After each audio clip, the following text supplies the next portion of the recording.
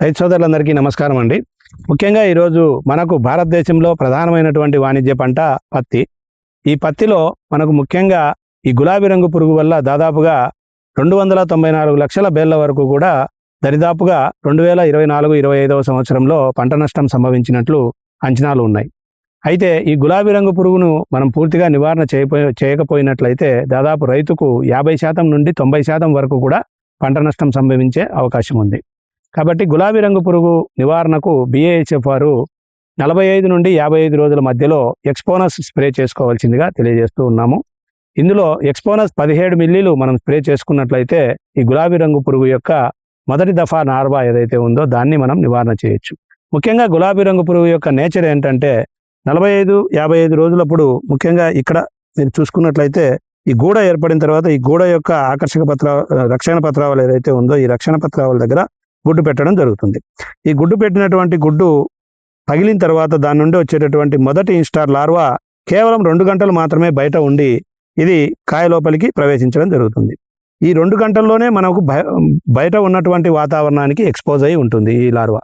కాబట్టి ఈ 2 గంటల్లో నివారణ చేయడం చాలా కష్టం.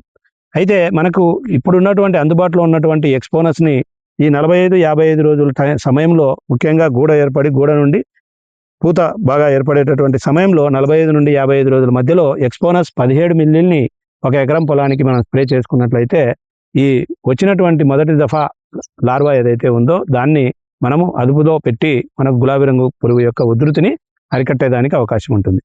అలాగే మళ్ళీ 55 రోజులు 65 రోజులు 75 రోజుల సమయంలో మీకు అందుబాటులో ఉన్నటువంటి ఏదైనా సింథటిక్ పైరెథ్రాయిడ్స్ని వాడుకోవడం ద్వారా మనకు ఈ గులాబీ రంగు పురుగును అదుపులో పెట్టడం ద్వారా మనకు కొంచెం దిగుబడిని పెంచుకునేదానికి అవకాశం ఎక్కువగా ఉంటుంది. అలాగే మనకు BASFలో 55వ రోజు నుండి 65వ రోజు సమయంలో ముఖ్యంగా మనకు ఈ గూడ రాలడం పూత రాలడం ఇలాంటివి నివారణ చేయడానికి BASF వారు ప్రయాగ్జర్ అనేటటువంటి శిలీంద్రనాశిని కూడా అందుబాటులోకి తీసుకురావడం జరిగింది.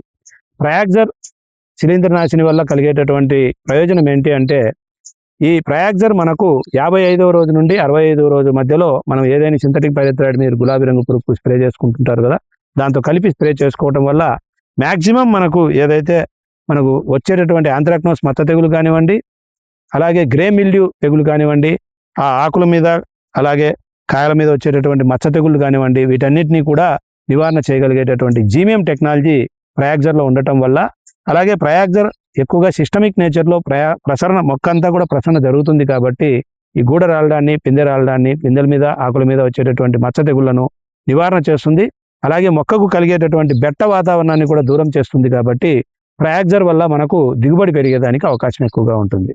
అలాగే మనకు పంట దిగుబడి పెరగడంతో పాటుగా ఆకులు ఎక్కువగా ఆరోగ్యంగా ఉండటం వల్ల కాయ యొక్క సైజు పెరుగుతుంది. దాంతోపాటుగా మనకు గూడ మనకు కాయగా మారడం, దాంతోపాటుగా కాయ పెరిగిన తర్వాత కాయ పగిలిన తర్వాత మనం పత్తి తీసేటప్పుడు కూడా ఆ గుబ్బ నుండి తీసేటప్పుడు పత్తి కూడా పూర్తిగా మనకు చేతిలోకి రావడం జరుగుతుంది. కాబట్టి మనకు పత్తిలో ఎక్కువ దిగుబడి దాదాపు 2 క్వింటాల వరకు కూడా పత్తిలో దిగుబడి పెంచుకోవడానికి ప్రయాగ్జర్ ఎంతగానో రైతుకు ఉపకరిస్తుంది. కాబట్టి ఈ ప్రయాగ్జర్ని కూడా తప్పనిసరిగా రైతు సోదరులు వాడవలసిందిగా కోరుచు సెలవు తీసుకుంటున్నాను.